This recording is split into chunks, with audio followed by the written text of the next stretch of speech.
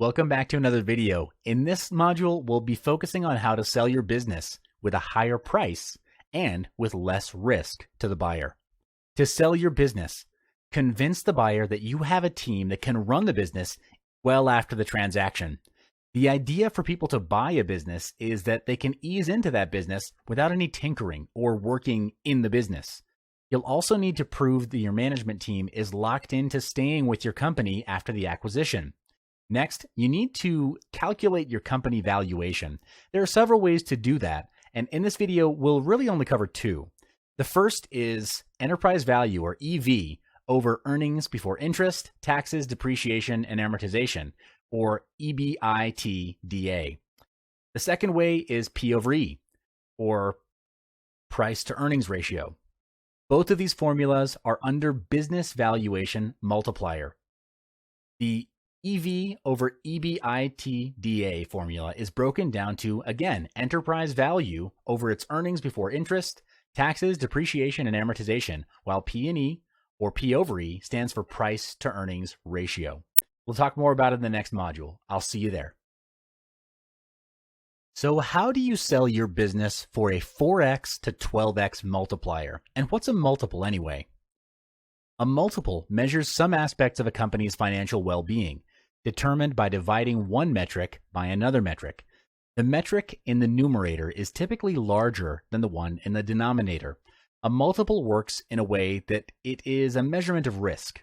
The inverse or reciprocal of a multiple shows the current return on an investment. So the higher the multiple, the less risk a buyer perceives in the transaction, and the more likely they'll pay more for the investment. For example, the inverse of a 4x multiple is 25%. For a buyer to require a 25% return on an investment, the business may not be growing or is in a tougher, more capital-intensive industry. Either way, a general interpretation is that this investment is pretty risky. In comparison, the inverse of a 12x multiplier is, get this, 0.08%, meaning that the buyer would be willing to pay 7 times only if the investment is much less risky. Okay, how to evaluate your business. A multiple is calculated as multiple equals performance metric A over performance metric B. A multiple can be used to show how much your business is worth in the market and how much you'll be able to make by selling your business away. For example, using the P over E ratio, if you plan to sell your company at 12x multiplier, how much will the price be? Or how much should your company be earning before you sell it away? The price of the company can be estimated by multiplying the annual earnings of the company by the multiplier of 12. Simple maths, but this formula can only be used as a rough estimation of how much your business is worth. However, a more precise way of doing it will be using the EV over EBITDA formula. It's used to measure the cash flow available to the firm or business. EV to earnings before interest and taxes, also referred to as EV over EBIT, is used for less capital-intensive companies with a smaller depreciation and amortization expense. All multiples act as a single number that analysts can multiply by some financial metric to determine the relative value or worth. With the EV over EBITDA formula, you'll be able to make comparison between you and your competitors who are doing similar types of business. After the business valuation, chances are your business is not worth as much as you expected it to be, or your business does not have a healthy earning history. So in the long run, the company might not be able to earn more than what you're already earning now. Increasing your company's worth before selling. How can you solve this alarming problem? Will you still be able to sell your business? Here's how you can turn the whole situation around by following these 7 steps. Step 1. A goal is a dream with a deadline. Set a target value on how much you want to sell your business for, and with a realistic time frame. For instance, if $5 million is a 12x multiplier, this is how you should be thinking. I want to sell my business for $5 million in 2 years' time. Find out how much your company needs to make annually to achieve your goal of selling your business away for $5 million. How can you achieve it? By driving in more sales, delivering more value, and having a higher profit margin. Step 2, bring in more sales. Create recurring revenue. Why isn't your business making money? Is it because your products or services are not fulfilling customers' expectation? Or could it be lack of sales? If it is, hire a sales team and a marketing team. The sales and marketing team's aim is to bring in more revenue for the company, increasing the annual earnings of the company. Have a manager for each team to manage their progress, and each of them is to report to you on a weekly basis. They should also propose ways to bring in more potential clients and maintain existing customers.